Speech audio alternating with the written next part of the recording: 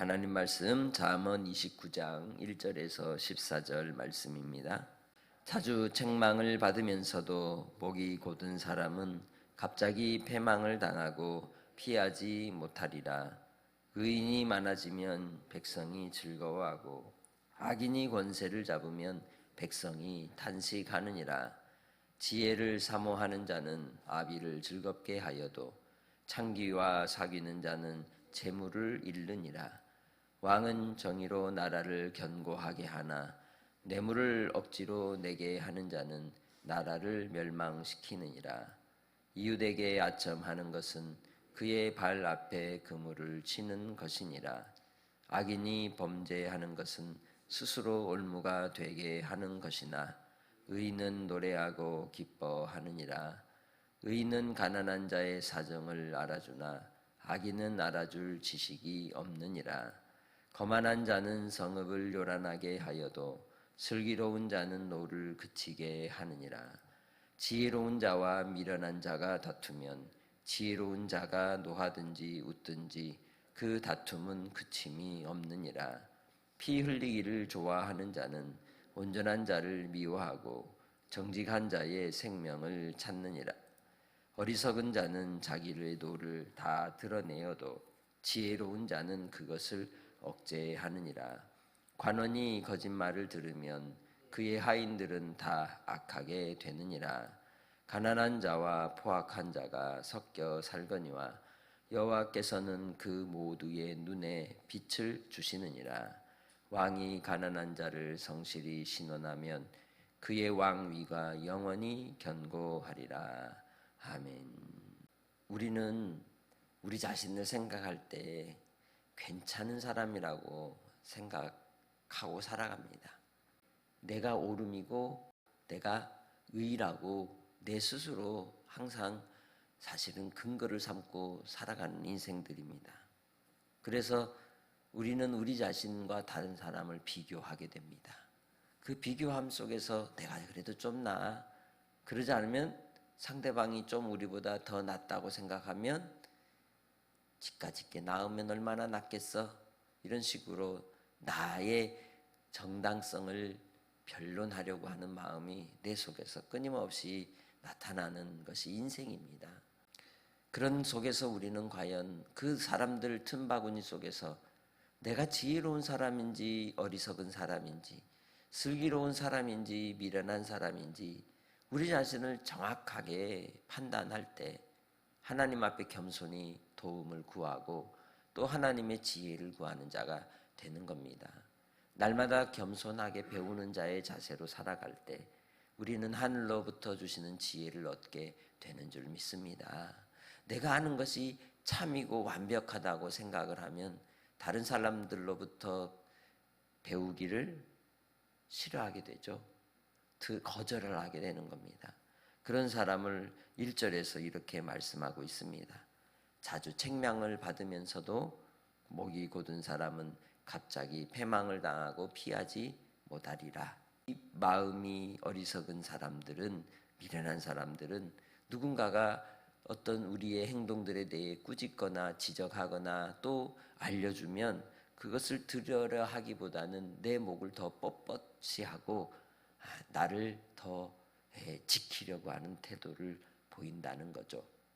사실은 우리 자신을 지키려고 하는 보호 본능이 있어야 살아갈 수 있는 것은 맞습니다.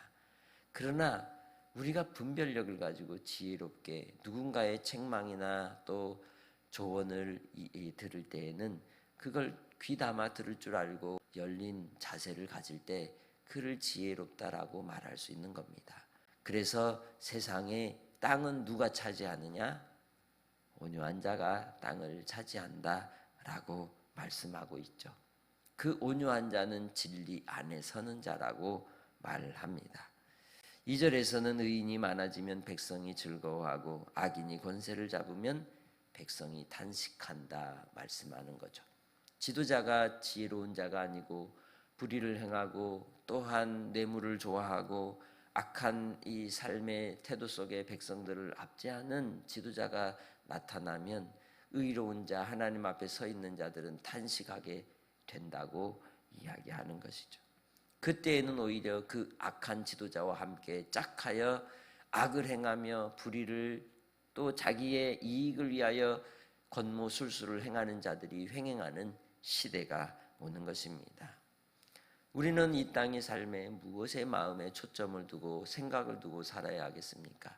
오직 하나님께 두고 살아가는 성도들이 되시길 바랍니다.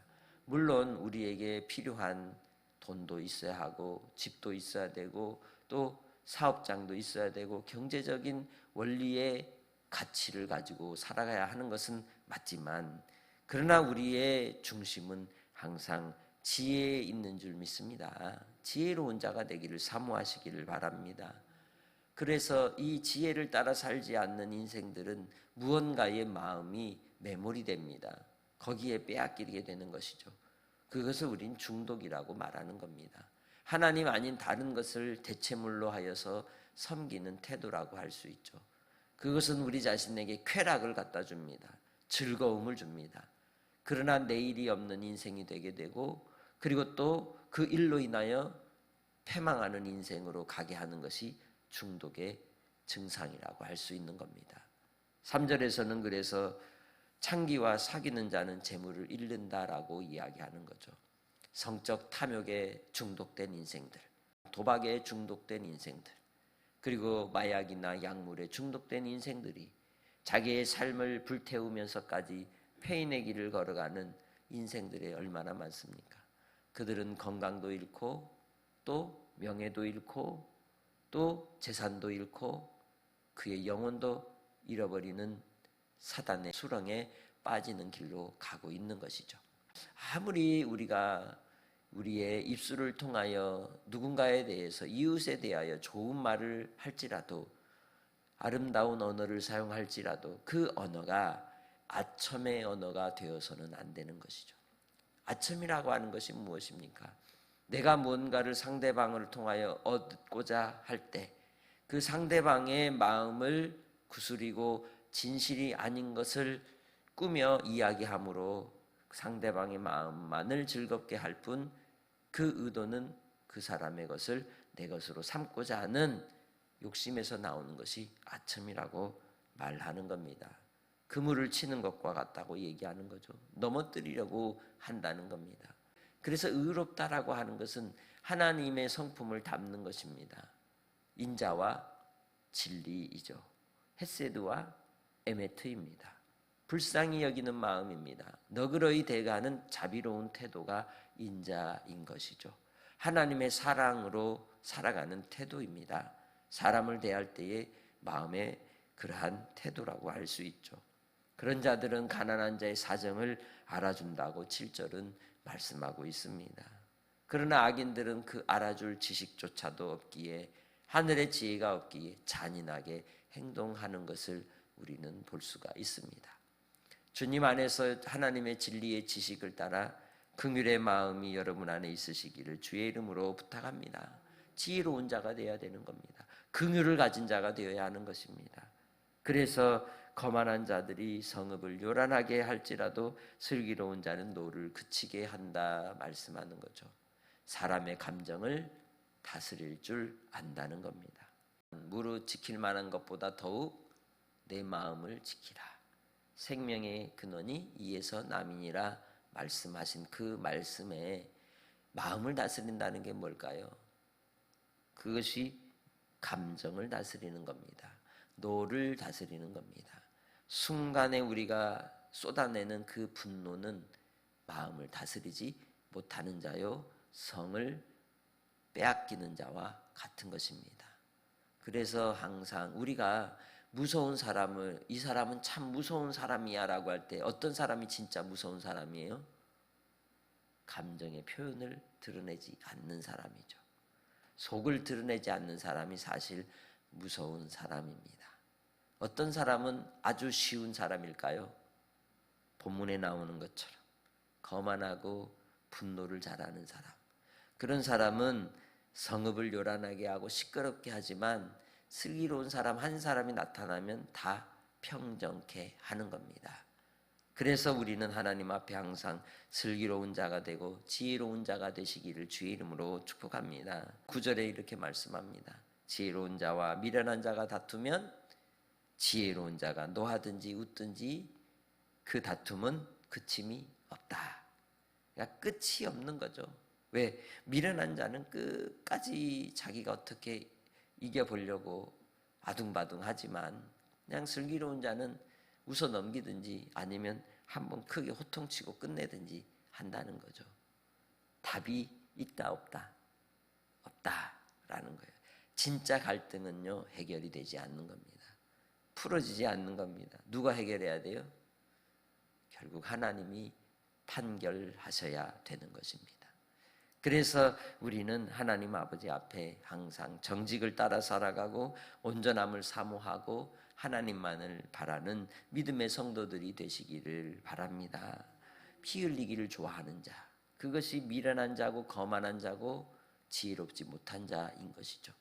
그들이 나의 감정이 상하든지 또 내 마음에 맞지 않는 상대방의 행동들에 대하여 분노하면 그 분노는 변하여 내 마음에 뭐가 되느냐? 미움이 되고 미움이 결국은 어디까지 가게 되느냐? 살인까지 가는 거예요.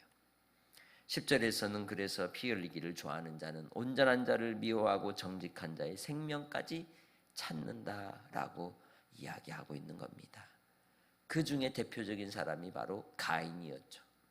동생 아벨을 죽이기까지 그의 분노와 미움과 시기를 다스리지 못하는 인생이 되고 말았던 겁니다. 그래서 우리는 항상 주님 안에서 주님 내게 평강을 주옵소서, 어떤 상황 속에서도 그리스도의 평강으로 내 마음을 지키게 하옵소서 구하는 성도들이 되시기를 바랍니다. 11절에 그래서 뭐라고 얘기합니까? 어리석은 자는 자기의 노를 다 드러내도 지혜로운 자는 그것을 억제하느니라 말씀하고 있는 겁니다. 잠언서가 무엇을 얘기하고자 합니까? 지혜로운 자가 되어라. 그런데 지혜로운 자는 어떤 사람이냐? 여호와를 경외하는 것으로 살아가는 자. 그리고 그 여호와를 경외하는 사람은 이웃에 대하여 사랑하되 오늘 말씀처럼 자기의 감정을 다스릴 줄 아는 자. 그 마음에 항상 생각이 열어져 있어서 어떤 상황 속에서도 가르침과 교훈을 받기를 좋아하고 항상 그 말씀 앞에 서는 자라고 할 수 있는 것이죠. 하나님의 은혜 아래서 우리가 항상 겸손히 주님의 은혜와 은총으로 살아가는 성도들이 되시길 바랍니다. 13절 말씀, 가난한 자와 포악한 자가 섞여 살거니와 여호와께서는 그 모두의 눈에 빛을 주시느니라. 눈으로는 다 판단할 줄 안다는 거예요. 이게 옳은지 그른지 다 아는데 자기가 취하는 거죠. 악을 택하든지 선의 자리에 서든지. 그래서 우리가 아무리 판단을 하고 파악을 해도 결국 내 마음에 담겨져 있는 그릇에 더러움과 추함, 깨끗함과 거룩함에 따라 살아가는 겁니다.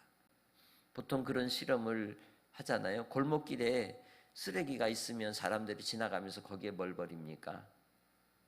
황금 덩어리 놓고 갈까요? 점점 거기에는 뭐가 쌓여요? 쓰레기가 쌓이는 겁니다.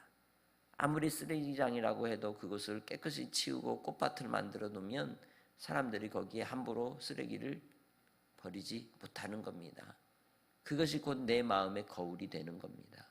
13절에 이야기하는 가난한 자와 포악한 자의 그 두 종류의 사람들 속에서 모두의 눈에 빛을 주시는 하나님께서 우리의 마음의 속사람을 살피시고 또한 눈을 열어 이 세대와 이 세상에 대해 마지막 하나님의 심판대 앞에 섰을 때 우리는 주님 앞에 겸손한 자로 항상 서기를 주님의 이름으로 축복합니다.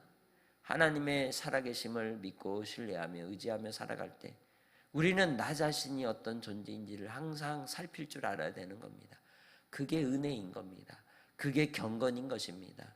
우리가 오늘 하루를 시작할 때에도 하나님 우리의 죄와 허물을 불쌍히 여기시고 씻어주시고 죄에 매여 사는 인생이 되지 않고 죄를 죽이고 싸워 이기는 십자가의 사랑으로 오늘 하루도 살게 하옵소서 구하는 성도들이 되시길 바랍니다. 날마다 우리는 우리의 정과 욕심을 십자가에 못 박고 죽는 자가 되어야 하는 겁니다. 그럴 때 내 안에 예수가 살고 예수로 승리하는 자가 되는 줄 믿습니다. 하나님 아버지 은혜와 사랑을 오늘도 우리에게 더하사 아버지 하나님 우리 자신의 마음을 다스려 주옵소서. 어리석어서 우리는 참으로 무엇을 해야 될지 어떻게 해야 될지 알지 못하고 감정에 휘둘릴 때가 참으로 많습니다. 그러나 하나님의 지혜를 입은 자로서 오늘 한날의 삶이 배우는 자로 살아가는 삶이 되게 하시고 겸손히 듣는 자가 되게 하시고 목이 부드러운 자가 되어서 하나님 앞에 주의 뜻이 무엇인지를 분별하며 순종하는 삶을 살기 원합니다. 날마다의 삶에 나 자신을 바로 볼 줄 아는 자가 되어 여호와께서 우리의 눈에 빛을 주심으로 분별하는 자가 되게 하시고 순종하는 자가 되게 하시고 열매 맺는 자로 한 날도 살게 하옵소서. 우리 자신을 하나님 앞에 철저히 내어드리며 산 제물로 하나님께 영광 돌리는 하루를 허락하여 주시기를 간절히 원하옵고 감사하며 예수님의 이름으로 기도합니다. 아멘.